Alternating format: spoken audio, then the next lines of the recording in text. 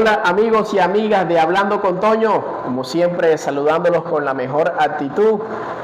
Hoy pues muy contento, ¿no? Tenemos aquí a un gran artista, un gran guitarrista de la música vallenata con gran trayectoria y que me place presentárselos. Aquí estoy con el maestro Mansell Cárdenas. Maestro, bienvenido aquí Hablando con Toño. Toño, gracias por la invitación, honrado de estar con ustedes, con tu programa. Bueno, chévere y vamos a darle con todo. De una vez a entrar en materia. El placer es mío, maestro, tenerlo aquí de verdad. Bueno, habíamos cuadrado ya hace ratico el tema, sí. pero gracias a todos en el tiempo de Dios, es lo importante. ¿Y cómo van las cosas, maestro? ¿Cómo va todo? Hombre, muy bien, ya a mis años entrando ya a una etapa diferente, ya no de pronto la de los grupos, que es lo que tú quieres escuchar, ya entrando a una etapa diferente, ya más familia, más tiempo tranquilo, más estar en el monte, escuchando otras cosas, en fin, más sosegada ya usted vivió ya lo que tenía que vivir el tema en la música, como músico, claro. Todo lo que se aprende, ¿no? Todo lo que se vive también. Bueno, maestro, vamos a iniciar esta entrevista conociendo Mansell Cárdenas. ¿Quién es Mansell Cárdenas? ¿De dónde viene? Cuéntenos un poco de Mansell. La gente tiene un pensar de que yo soy de La Paz, César. Yo no nací en La Paz, yo nací aquí en Barranquilla. Ok, ¿usted es barranquillero entonces? Yo soy pacífico. Parece contradictorio, pero yo soy pacífico. Yo nací en Barranquilla, pero a mí mis padres me llevaron a La Paz. Tenía yo un año largo, 1 año y medio, 2 años. Era muy niño. Y bueno, tuve la suerte, la fortuna y, digamos, sí, el designio de vivir al lado de los hermanos López, de la casa de los que eran los hermanos López. Imagínate. Yo conocí al papá de Miguel López, era yo un niño, era un señor, el señor Pablo, lo recuerdo perfectamente. Y mi patio de juegos era con Román López, que fue el primer acordeonero que tuvo Silvestre. Es correcto. Nosotros jugábamos, nosotros somos contemporáneos y éramos compañeritos de juego y vecinos ahí, nosotros vivimos pegaditos. Mi papá en esa época era técnico de sonido de los hermanos López, de Armando Moscote, de Freddy Peralta, de Gustavo Ura, prácticamente de género vallenato. Y de ahí viene, pues ya, sí, como mi gusto, o empezar desde niño a escuchar eso obviamente claro. tenía que resultar en algo. Es correcto, o sea que su papá también, digamos, toda la vida estuvo ligado al tema del medio vallenato, por así llamarlo. Sí, mi papá fue un músico frustrado, mi papá quería ser guitarrista, pero él tuvo un problema en el dedo medio de su mano izquierda. Él trabajaba la madera y en algún momento una sierra sin fin le hizo un daño que él le paralizó este dedo y eso le evitó a él la guitarra. Claro, pero mi primera clasecita de algo muy fue mi papá. Okay, el que le empezó a enseñar todo cositas que se sabía 2 melodías, sin exagerar, se sabía 2 melodías. Y esas melodías me enseñaron a mí, ese fue mi camino de entrada a esto de la música. Y entonces usted, ligado desde muy pequeño con la Casa López, viendo todo el tema de lo que era el medio vallenato, ¿cómo fueron esos primeros años ya cuando usted va creciendo, ya pasan los 10 años, 12 años, ya comienza como a gustarle más el tema de querer entrar en la música vallenata? ¿O cuál es su primera agrupación, maestro? ¿Cómo inicia usted en este ámbito vallenato? Yo entro a la música vallenata prácticamente por rebeldía. Mi casa, mis familiares, mis tíos, mis primos, todos son mecánicos. Mejor dicho, no había músicos por ahí. No, mi abuelo fue músico. Mi abuelo, te cuento acá, como nota curiosa, mi abuelo tocaba un instrumento que se llamaba serrucho. No sé cómo se llama, pero era un serrucho, literal. Un serrucho sin dientes y eso con un arco. En la época antigua lo usaban mucho. Era un sustituto del violín. El serrucho se tensaba, se torcía, se hacía una S y eso se tocaba con un arco y la afinación iba de acuerdo al temple. Era una cosa bien interesante. Sí. Eso es historia patria para ti, no creo que conocieras ese cuento. Pero mi abuelo tocaba eso, medio tocaba la guitarra en algún momento. ¿Y usted ahí pegado, viendo ahí cómo era el tema? De hecho, no, yo no alcancé a vivir con mi abuelo, pero sí conozco un poco la historia. Viví muy corto tiempo con él, unos 2 meses antes que muriera o algo así. Fue muy cortito el tiempo, prácticamente no lo conocí. Por tanto, pues, no, mi vena musical o mi tema musical es del aire o es talento. Bueno, cada quien lo llamará como corresponda a llamarlo a su creencia, pero bueno, para mí fue prácticamente fortuito. con esto me pueden escabezar por no decir que es un don de Dios, ¿no? Pero bueno, eso depende de la creencia de cada quien. Sí, claro que sí. Y entonces ahí, usted me imagino en su adolescencia, bueno, ya comienza con todo el tema relacionado con la guitarra, ya comenzó ahí 100 firme. ¿A qué año, usted cuántos años tenía cuando ya? Bien, te regreso al tema, mira. Como en mi casa eran maquinistas, mi papá era maquinista de maquinaria pesada. Mis hermanos todos hacen eso. Mecánico, Yo fui alguna vez, pero a mí no me llamó la atención. Me dijo, esto es muy difícil, esto es duro, el sol, el calor, la cosa. Dije, no, yo tengo que buscarme algo que me aliviane la vida. Y bueno, sí, estábamos escriturados que era esto, que era la música. En mi casa siempre ha existido guitarra. Y empecé con el tema de poquito a poquito, de la guitarra, de esto. Sí. Y a pedir explicaciones y me fui enamorando poquito a poco de eso. Mi primer profesor fue mi papá, pero la persona que me introdujo directamente en la música es un señor que había en La Paz, no está en La Paz, ya él es profesor. Yo iba todos los días, una historia bonita, iba todos los días a recolectar, a buscar la leche, porque el carro pasaba por X parte. No era como ahora que tú vas a la tienda y cuando no. En esa época tú tenías que coger la ollita y cogerle la ruta al carro de la leche o al burrito de la leche. Y tú comprabas tu poquito de leche. Yo estaba sentado y veo al tipo con la guitarra. Y a mí me llamó la atención. Yo dije, ese señor toca guitarra. En mi casa hay guitarra. Oye, la música debe ser chévere. Empiezo a pensar como niño, ¿no? Y ¿tenía usted cuántos años, maestro, más o menos en ese entonces? Podría tener 10 años, 11 años, 12 años. Niño, sí, un niño. Y yo me le acerqué a Eusebio, mi hermano, le envío un saludo a mi hermano Eusebio, y yo dije, señor, ¿usted toca guitarra? Sí, mijito, alaba, ¿viste? ¿Serio? Sí, mijito, yo toco guitarra. Ay, señor, yo quiero tocar guitarra. ¿Usted da clase? Sí, yo doy clase, pero es que yo no tengo para pagarle el plato a usted. Peladito, ¿de dónde? Ah, pero quiere aprender, sí. Bueno, venga, que yo lo voy a enseñar. Y ahí empezó como mi tema y le agarré un amor, bueno, hasta un amor que sobrevive hasta el día de hoy por la música, por la guitarra. Y es la hora que usted todavía pues la vive como si fuera la primera vez que usted va a tocar una guitarra. O sea, eso es un amor para siempre. Ese es el secreto. Yo pienso que ese es el secreto. Muchos músicos hoy supeditan todo a la habilidad. No, yo pienso que no soy muy hábil, hay muchísimos guitarristas mejores que yo, por supuesto. La única diferencia, o lo único que yo tengo para dar, para no decir diferencia, es que yo siento lo que hago, simple y llanamente, más nada, sentir. Y eso lo ha hecho diferente a los demás también. Sí, puede ser. Porque, como bien, no lo dice usted, pero lo dice la gente que sabe de vallenato, la gente que ha estado en el medio vallenato, y pues Mansell Cárdenas lo tienen como uno de los referentes del folclore vallenato. Honor inmerecido, pero gracias. Porque pues, yo antes de hacerle esta entrevista al maestro estuve preguntando aquí, me decía, no, vas a entrevistar a una eminencia del folclore vallenato. Esa palabra es muy grande, ¿no? Me decían así y pues la verdad es que con mucha trayectoria. ¿Cuántos años en la música, maestro, aproximadamente? Desde los 12 años hasta mis 52, pueden ser 40. Vamos a ponerle a Castellanos con 5 años, 35 años, porque no podemos decir que los primeros años. Correcto.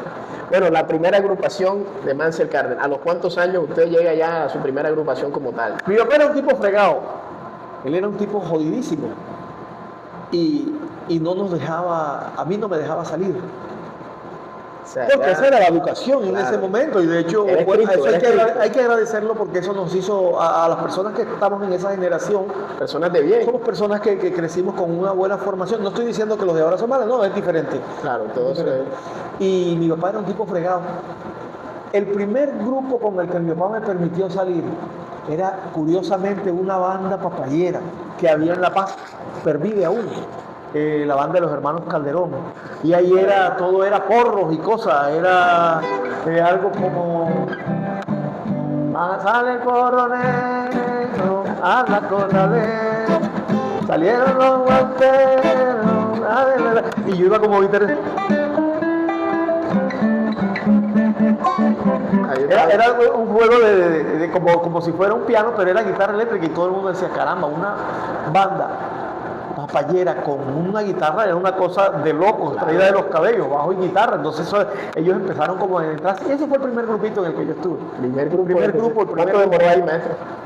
Un año, qué sé yo, un año y pico. Pero claro, como ya veían que era algo diferente, era papayera, de ahí prácticamente ya lo comenzaron a ver en el pueblo. Sí, y de ahí pasé había un artista, o hay un artista, un gran acordeonero que hay en La Paz, no muy reconocido porque él se fue de La Paz y regresó ahora hace poco. Checha Araujo. Tiene una característica especial que él usa muletas. Sus piernas tuvo algún problema alguna vez. Y Checha era un gran acordeonero, es un gran acordeonero. Un acordeonero de nivel de los más reconocidos que hay por allá por la zona, es un tipo muy bueno. Y estuve en la organización de él como sonidista, ni siquiera como guitarrista. Ya venía saliendo Oscar Cantillo, claro, ya es uno de los mejores, un maestro. Oscar Cantillo, estaba Navín, ya estaba Edinson Vaquero, el Canyo, mi amigo también. O sea, es una camada de guitarristas que salimos en ese momento, pero ellos me llevaban un tiempito adelante. Sí. Entonces ellos eran los guitarristas, yo era el sonidista. Fui el sonidista hasta el día que quemé el sonido. me sacaron y quemé el sonido. Y entonces ahí usted, después que ya sale de la agrupación, entré con Elber Araujo y también un músico de la región. Pacífico también, gran compositor, un gran abogado, un tipo muy reconocido en La Paz, mi gran amigo desde entonces. Fue de pronto la persona que me abrió la puerta a la producción. Irresponsable él y atrevido yo, porque yo no tenía ni idea de cómo funcionaba eso. Sin embargo, pues yo siempre he sido inquieto y con la cabeza se hacían las cosas. Decía, bueno, si aquí suena un acordeón y aquí suena una guitarra y aquí suena esto, entonces yo debo ir como cuadrando. Es como un ajedrez, claro, no claro. Es como un rompecabezas, es como ir buscándole la posición a las fichas y tú vas encontrándole el punto, ¿no? Entonces, basándome en el dicho de echando a perder se aprende, hice la primera producción con Elber Araujo y Carmelo Pérez, otro gran amigo. Con ellos fue mi primera grabación fue con ellos. Estamos hablando de qué año, maestro, aproximadamente. 90 y qué prácticamente. No, eso debió ser 89, 90. Debió ser 89 o 90 por allá, sí. Porque ya sí viniendo de eso, una producción que hicimos en Bucaramanga, ya regresando de allá, ya aparece Jorge Oñate. O sea, después de Elber Araujo ya entra donde Jorge Oñate. Jorge Oñate, sí, claro. Pero digamos que ese ya es un paso agigantado, ¿no? Porque digamos que ya Oñate, estamos hablando del 90, 91, por 90, ahí. 91, sí. Y Oñate en el 90, 91 ya era Jorge Oñate, o sea. Lo que pasa es que yo al ser de La Paz, o al sentirme de La Paz, ya lo tenía referenciado. No, es que los amores de uno están en la voz de Oñate. Esa es la realidad. Nosotros crecimos, yo crezco viendo a los hermanos López con Jorge Oñate. Es decir, eso lo tenía yo pilado porque tenía que ser Jorge Oñate, porque es que el sueño de nosotros era Jorge Oñate. Además de eso hay otro referente dentro del grupo de Oñate en ese momento, que era José Vázquez, el maestro, mi amigo, mi hermano y a quien sufro a diario por su partida, por supuesto. Sí. José era el maestro, era el referente, era el faro, era la luz, era el que nos guiaba, era José Vázquez. Todos los que hoy intentamos con las cuerdas, todos, 100% lo que intentamos con el bajo, con la guitarra, venimos de José Vázquez. Claro que sí. Todo lo que se está haciendo hoy y lo que se hará en 100 años es José Vázquez. Ese es el referente, el maestro, y de ahí para acá las tablas, no hay más nada. Uno veía a Oñate, y Oñate venía con éxitos muy fuertes. Venía Oñate ya con Álvaro López, cuando comenzaron con, por ejemplo, yo tenía una idea que me juro quererme, ya voy a experimentar, y en una semana, no más que estaba ausente. Total, venía Oñate comenzó ahí y ya se desprendió que, veniendo desde Juancho Roy, de unos éxitos impresionantes, entra con Álvaro López y revienta eso, que Jorge Oñate fue el mejor artista en una década. Por supuesto. Ninguno estaba sobre él, ni Diomedes, ni Binovio, de Jorge Oñate. En La Paz hacían la caseta, yo me le volaba a mi papá, porque aún en ese momento ya yo había estado con grupos, pero él no me permitía. Todo era escondido. Todo era escondido, pero bueno, pero ¿y cómo hizo cuando ya Jorge Oñate? Porque de pronto con los otros escondidos, pero ya Jorge Oñate, que lo veía todo el mundo, por televisión, por todos lados. Ya Jorge Oñate era conocido. Y mi papá trabajaba en ese momento con Oñate en algo de la finca, de los motores, alguna cosa. Y yo me le volaba cuando hacían las casetas en La Paz, Jorge Oñate, Álvaro López. Al frente del lugar donde hacían, que era el Club de Leones de La Paz, en la Novena, que era la calle donde yo crecí, estaba el colegio de Álvaro López, de la esposa de Álvaro López, ¿de qué? Y yo iba y me montaba en la paredilla a mirar. Pero el sueño mío, además que era Jorge Oñate, era José Vázquez. Claro, Como guitarrista, entonces uno miraba a José Vázquez y uno decía, José Vázquez, ya José Vázquez había hecho cualquier cantidad de cosas que le sirvieron a uno para empezar. Claro. Entre los solos más famosos ya de José estaba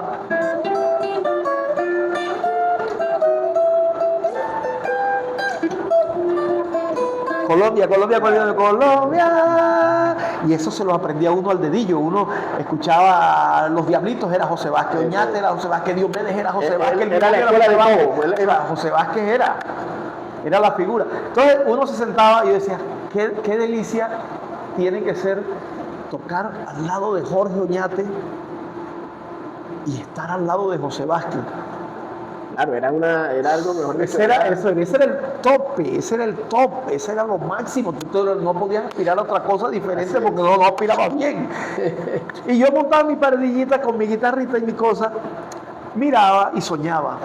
Para ese tiempo ya había salido el trabajo de qué sirve la fuerza, que tu amor me relata. ¿De qué sirve tener lo más fuerte del mundo y vivir sin tu amor? Ya estaba Oñate, era el más fuerte. Y lo hacen porque es que Oñate era el más fuerte. Claro. Y en ese momento, Navín Cantillo, que también fue mi maestro, pues ya posterior, es el que sigue después de José Vázquez en el tema de enseñarnos a Oscar Cantillo, a Edinson Vaquero y a mí, a los tres que estamos en la camada de La Paz en ese momento. O sea, ustedes fueron alumnos de Navín. De Navín Cantillo. Claro, Navín Cantillo, el maestro, y la guitarra más sentida y más sonora y de mejor sonoridad es la de él. Claro. Lo admiramos, lo respetamos. Dolorosamente él se retiró un tiempo, pero bueno, creo que está volviendo y ojalá, nos hace muchísima falta. Maestro, bueno, aquí estamos en Hablando con Toño, con Mansell Cárdenas.